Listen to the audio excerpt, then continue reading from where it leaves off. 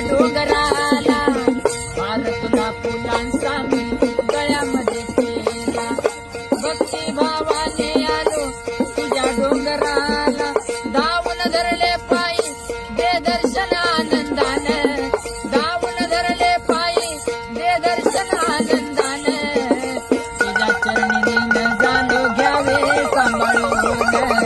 तुझ्या चरणी लीन झालो घ्यावे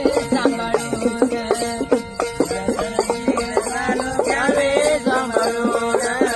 तुझ्या चरणी लीन